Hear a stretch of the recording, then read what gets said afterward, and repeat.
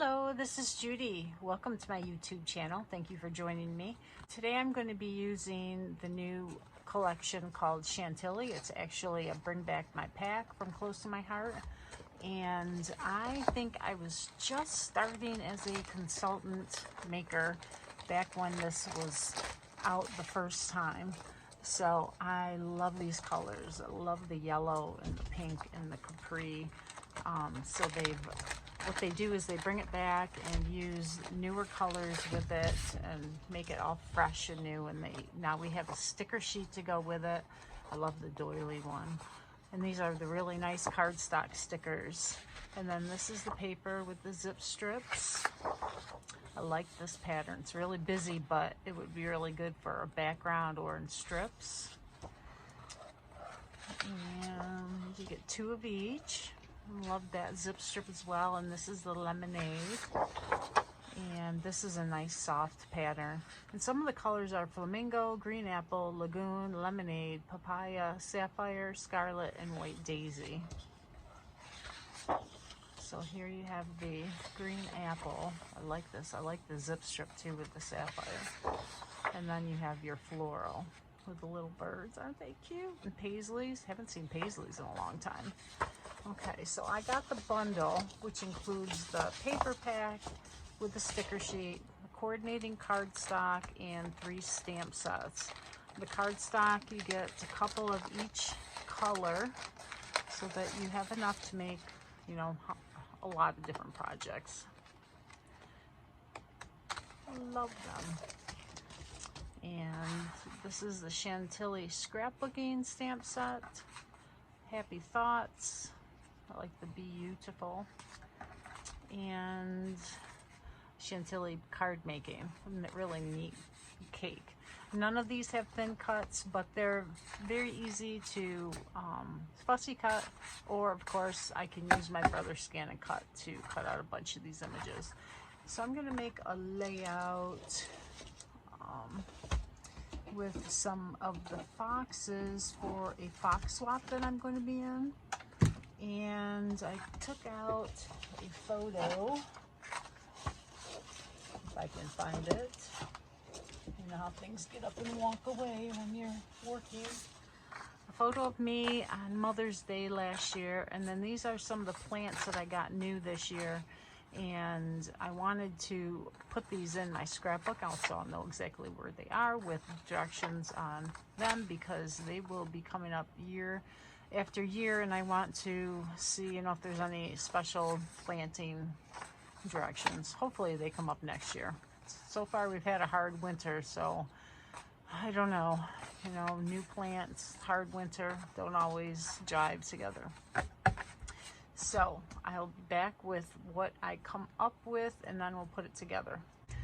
I cut a bunch of strips from the different pattern paper in 1.5 inches, these 2, and then I did 1/4 inch of the flamingo and 1 inch of the toffee, which isn't in the collection, but there's a reason why I picked toffee, and the flamingo, so I used both sides of the flamingo.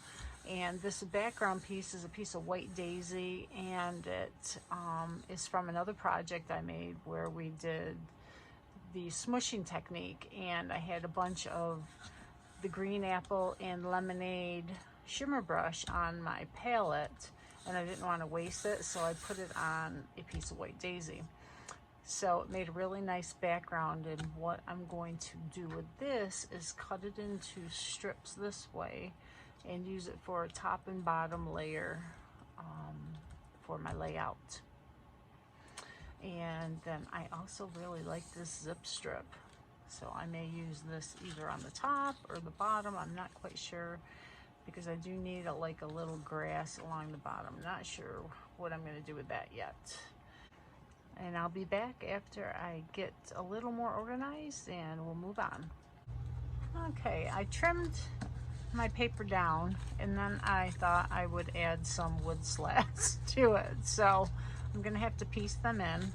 So here are the 2 pieces that I trimmed down, and I used our new stamp set, which is Barn Door, and it has a stamp with planks, and then I cut planks from it. And I also added some texture with our embossing folder. This is retired, but you may have something similar in your stash to do texture with. If you get, you know, this stamp set, there's 2 thin cuts that come with it. My idea is to put them like this,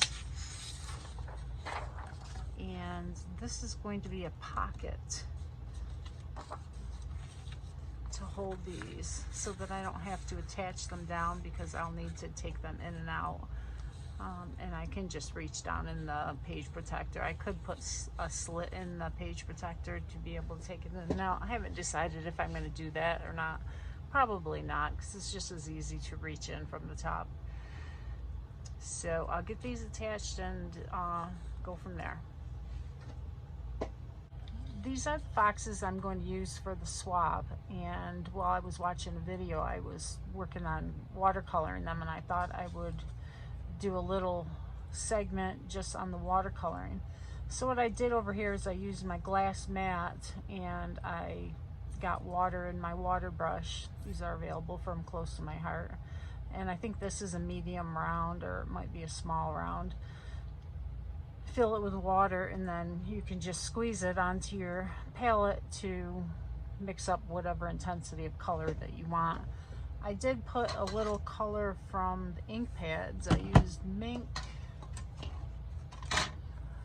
paprika, and the reason why I do this is because this watercolor, if you've ever used it, can give your items that you color a little bit of a milky appearance when it dries, whereas ink does not.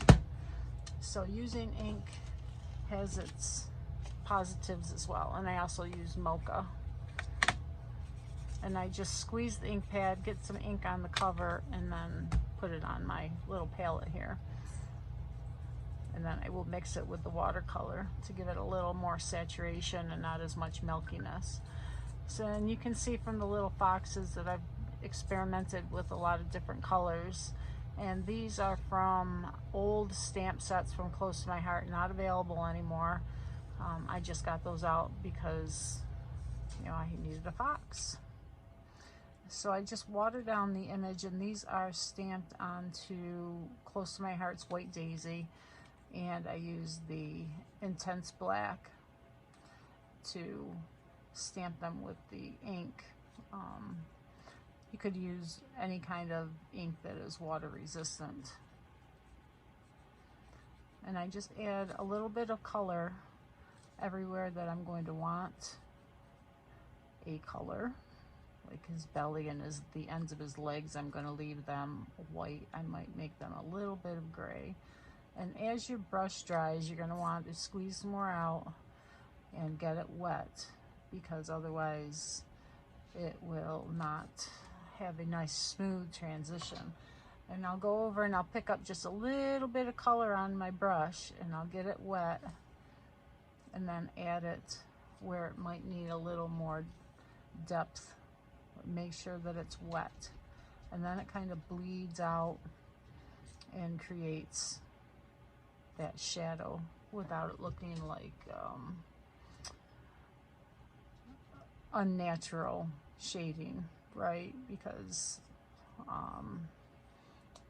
if you just put the color down and it doesn't bleed in with the water, it doesn't look right.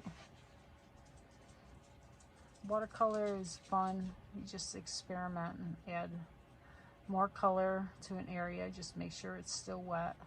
And I haven't had any pilling with this paper. I haven't, you know, it's a very small image, so I haven't been overloading it with a lot of different color and a lot of water. Now I want to do some shading, so I'm going to make sure I get some really light watercolor on my brush, and I'm just going to rub it on his face, and then I'll blot it with, you can see this is a well-used paper towel. And if it's too dark like that, I'll get some water and then I'll blot it, and some more water and blot it. And sometimes that will pick up color rather than lay down color. But I would say this side of his face is probably going to be a little bit darker for the shading that I'm using.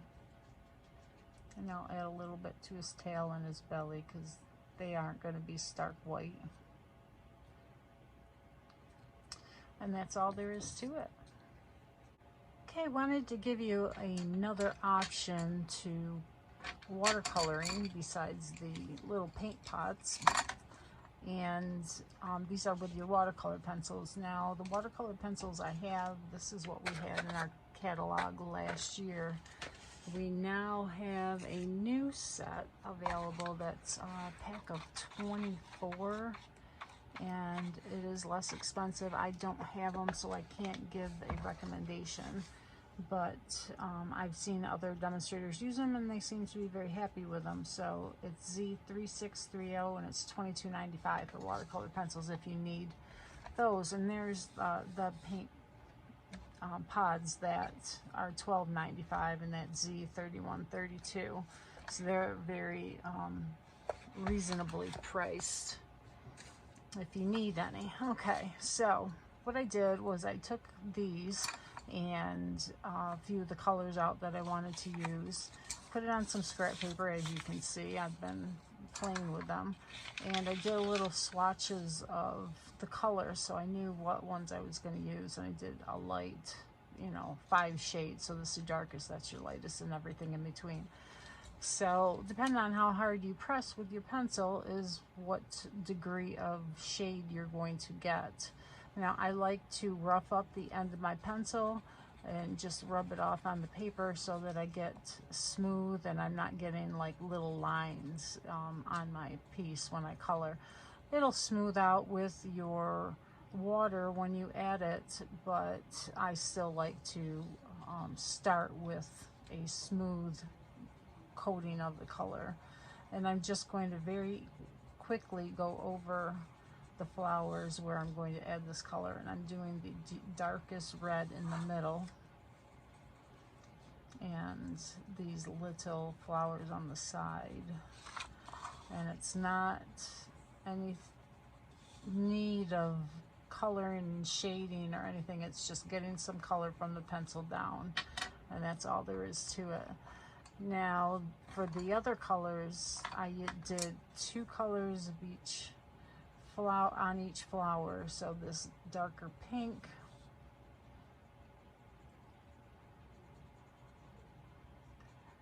like so, the lighter pink,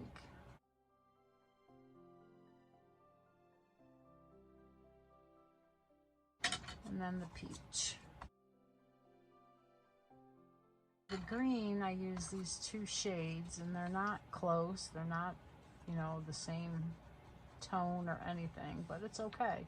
And I'm just going to go over and lay some color on these leaves and let my paintbrush provide any filling in of the color.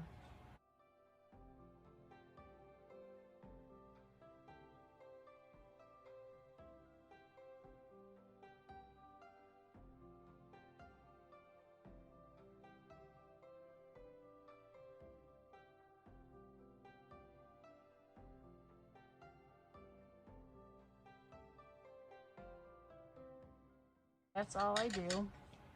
Now you can take your water brush, and I get a little paint pot, or a little pod here, I guess you call it, a little cup, and I put a little water in the bottom so I don't have to keep squeezing it out onto here and then going that way, because it's just plain water. I'm not using any color.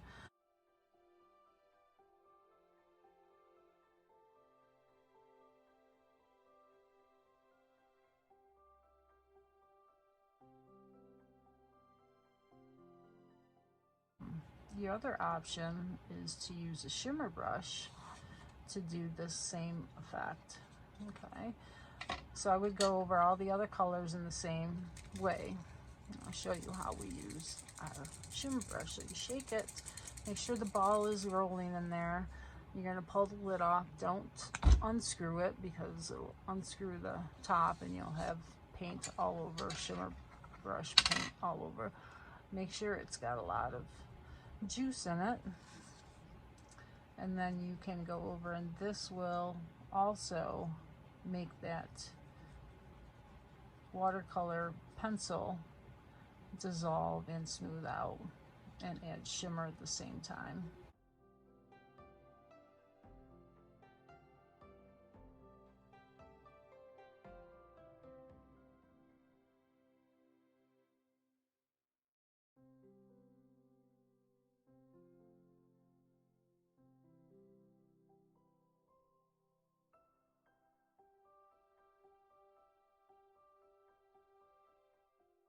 And now wipe that off so you don't get green into your flowers.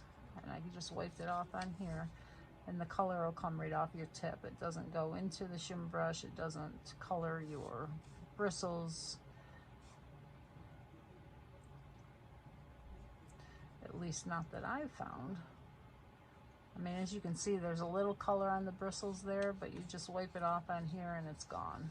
The third way that I sometimes watercolor, and this is using my pencils when I have a little more time, is to take my pencil and just scribble some on my paper. And this is just regular white cardstock that I got at probably Walmart. So I put some color down here. Let me get out the other colors that I'm going to use. And then putting down a little palette of my own. So let's say this would be good if you only have watercolor pencils to use.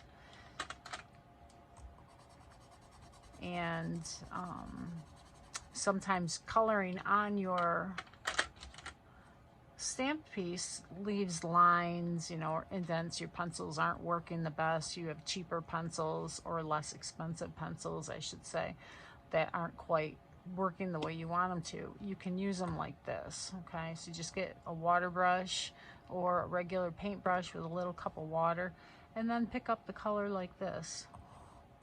And this, I think, even gives you a little more room for shading, because you're picking it up and you can place it where you want it, whereas coloring with the colored pencils directly onto your piece doesn't give you the freedom that this does, at least in my opinion.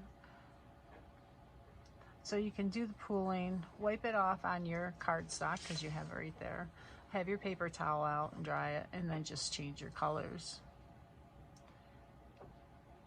And this is really similar to the paint pot, but that will provide you with a little more flexibility than this even, unless you do a big one, a big area, a big area of color.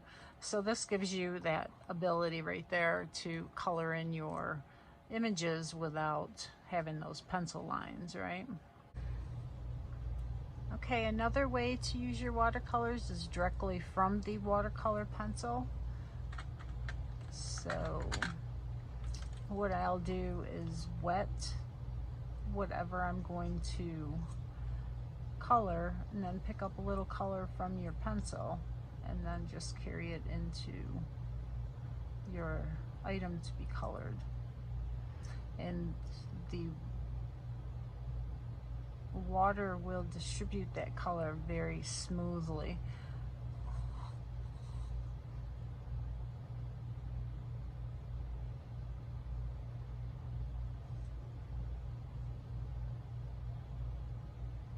You can do a little more shading this way as well, if you have a good saturation of color and water. And I'm just dabbing it and letting the water carry the color through the flower. And even though there's water in this barrel, I like to use that little pot to dip my brush in to clean it off.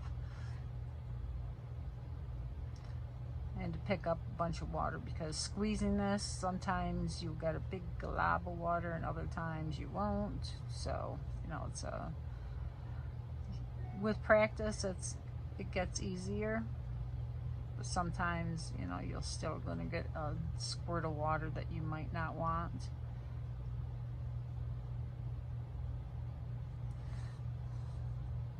and you get a softer watercolor look this way too. And I like this effect. It's much more of a watercolor effect. It's very relaxing and takes practice, so don't be afraid to give it a try. It's only paper, and you can always stamp another image if you don't like how one comes out. But practice is the only way that you'll get better, and experimenting to see what works for you. I'm sure there are a lot of other ways to watercolor, but these are the ones that I'm using at the moment, so I hope they help you to experiment watercoloring.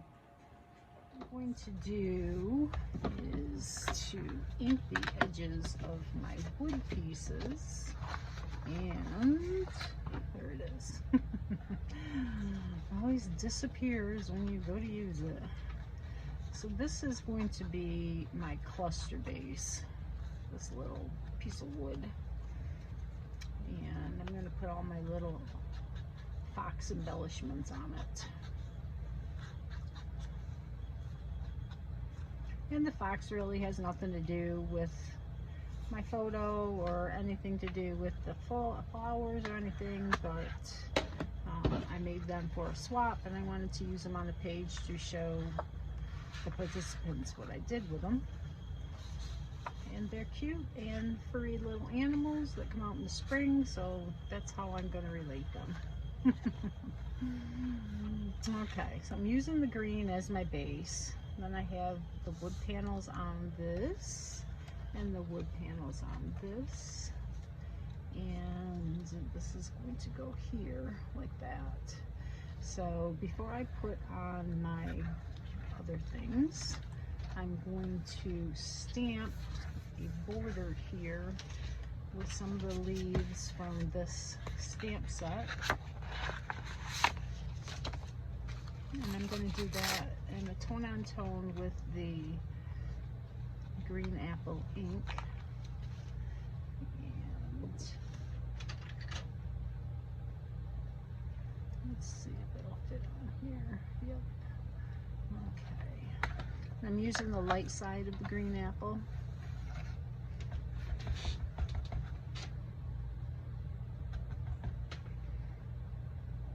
I'm just going to give something for the flowers to sit on when I put them on as a border.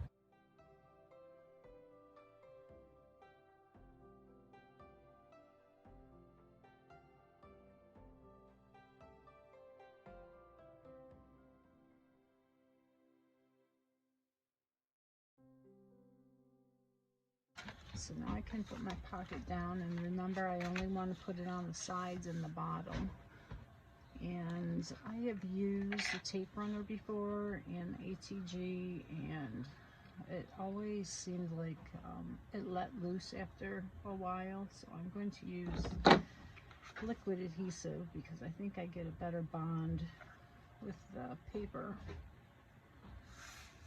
So we'll do that. Now, because my wood grain is textured, I don't want to use my bone folder to press it down to get a good adhesion, so I'm going to flip it over and do it. That'll really help seal that pocket. So there's that. Now, to do the zip strip, we're going to go right along the top.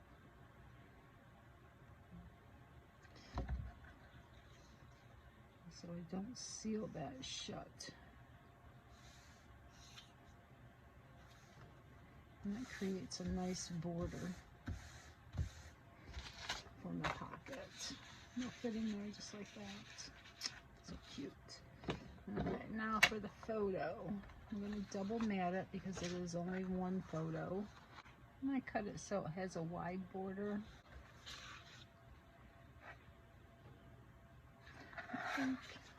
Yeah, let's do it on the light side. Our cardstock is double-sided, not double-sided, it's two-toned. It's light on one side and dark on the other side. The dark side is the true color, and then they give us a lighter tone, so it's like having two colors in one.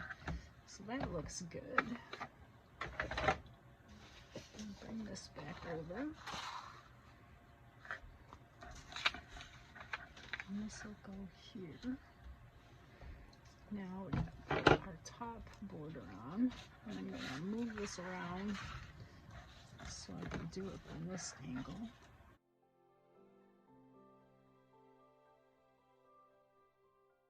And so I think I'm going to stamp a border along here.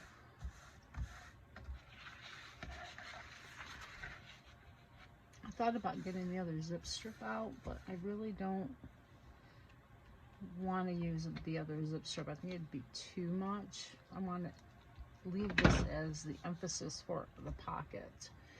So I brought out my sapphire ink, and I have a border stamp that I thought would work well. It's dashes and dots that we got at, I believe it was an album retreat a while ago.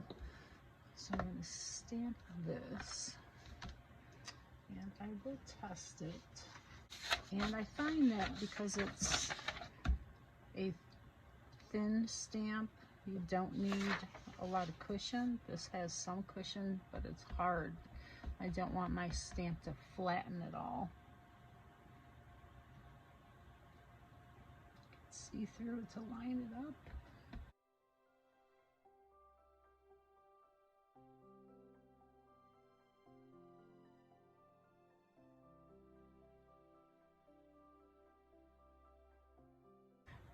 So what I have here are all the little embellishments that I created, and I doubled them up. I put 2 layers there so they're pretty sturdy.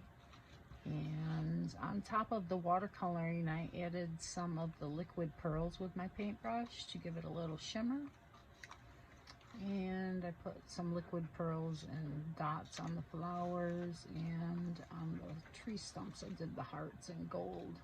So I thought those were cute. So for this particular one, and I got the sticker sheet out because I want to see if I can utilize some of these stickers.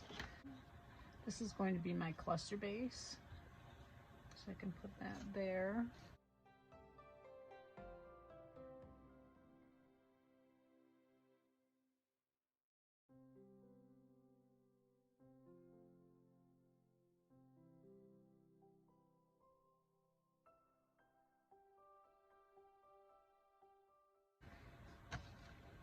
And I've got some of these florals to add to the side.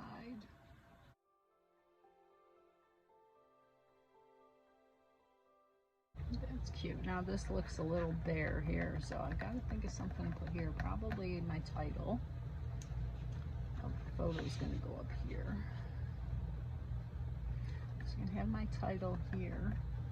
There's a really nice sticker right here for journaling, so that'll be great. Ooh, I could do full of smiles. That would work. Because I love my flower hanging basket that I got for Mother's Day.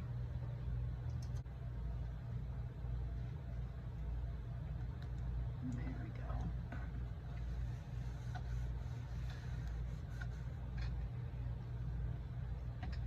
And now we'll just adhere these. And because I put that border down, I don't feel like I have to have all of these, a multitude of flowers here, because the greenery fills it in between. So I'm going to put this up on some foam.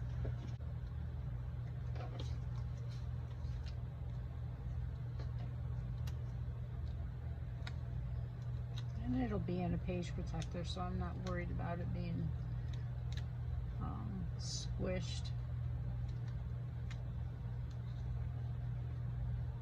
I just want to give it that representation that it's a little lifted.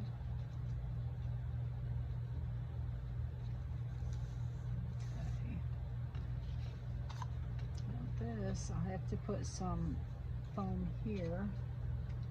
I don't want to put any above it though, because then it would seal my pocket.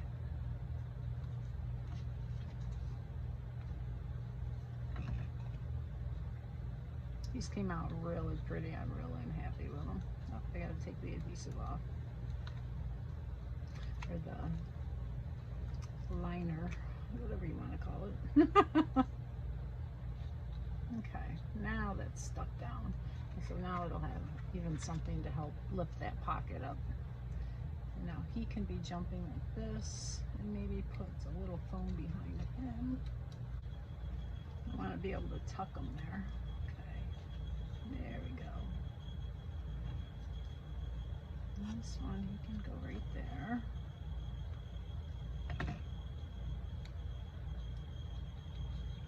It's almost like he's in their little den. That's the mama. Okay, and he's gonna go here. I'm gonna put some pieces here. And maybe on the roots. There. So I'm gonna put him down. We'll have to adhere him by his legs.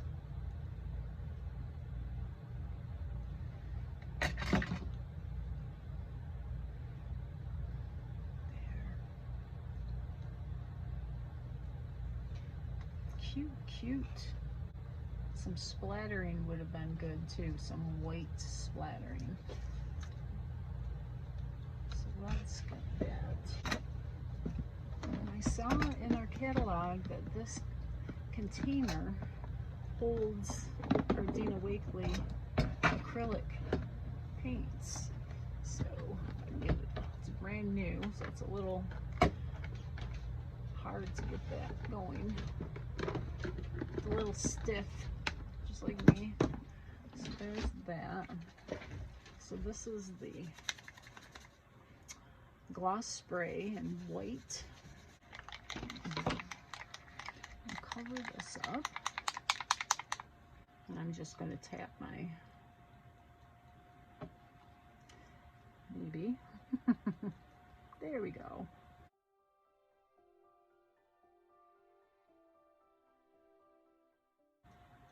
A couple big ones. Okay, that looks good. It just adds a little extra interest to the page. So there's that. Picture's protected, the fox are protected. I'll add my journaling and we're done. Cute page. Love these colors. Now I can put my directions in there so I know how to care for my plants. And we're done. So I hope you enjoyed that. If you're not a subscriber, please subscribe. If you are, thank you. And I will be back with more videos. Take care.